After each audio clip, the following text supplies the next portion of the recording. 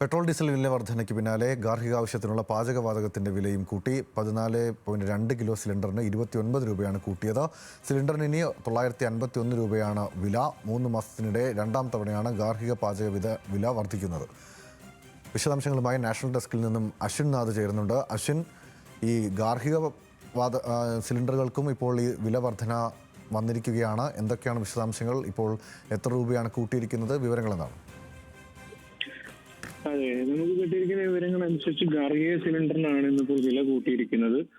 14.2 kilo ഉള്ള സിലിണ്ടറിന് കേരളത്തിൽ 951 രൂപയാണ് ഈ നിലവിലെ വില.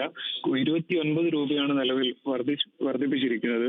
കഴിഞ്ഞ മാസം 922 രൂപയായിരുന്നു സിലിണ്ടറിന് വിലയെങ്കിൽ, എന്നാൽ ഈ മാസം ജൂണിലേക്ക് കടക്കുന്നതോടുകൂടി 951 രൂപയിലേക്ക് ഈ വില വർദ്ധിക്കുന്നുണ്ട്. കഴിഞ്ഞ മാസം നമുക്കറിയാം, വാണിജ്യ സിലിണ്ടറിന് 3106 രൂപയിൽ നിന്നും 3152 രൂപയിലേക്ക് വർദ്ധിച്ചിരുന്നു.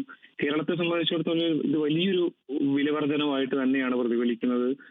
പെട്രോൾ ഡീസൽ വിലയ്ക്ക് പിന്നാലെ തന്നെയാണ് ഈ പാചകവാതക വിലയും ഇതുപോലെ വർദ്ധിച്ചിരിക്കുന്നത്. ഗൗതം, അശ്വിനാണ് വിവരങ്ങൾ നൽകിയത്. എന്തായാലും വാണിജ്യ സിലിണ്ടറുകൾക്ക് വില കൂട്ടിയതിന് പിന്നാലെയാണ് ഇപ്പോൾ പാചകവാതക സിലിണ്ടറുകൾക്കും വില കൂട്ടിയിരിക്കുന്നത്. 14.2 കിലോ സിലിണ്ടറിനാണ് ഇപ്പോൾ വില കൂട്ടിയിരിക്കുന്നത്. ഇപ്പോൾ 951 രൂപയാണ് ഇനി നൽകേണ്ടി വരിക. വിവരങ്ങൾ നൽകിയത് അശ്വിനാണ്.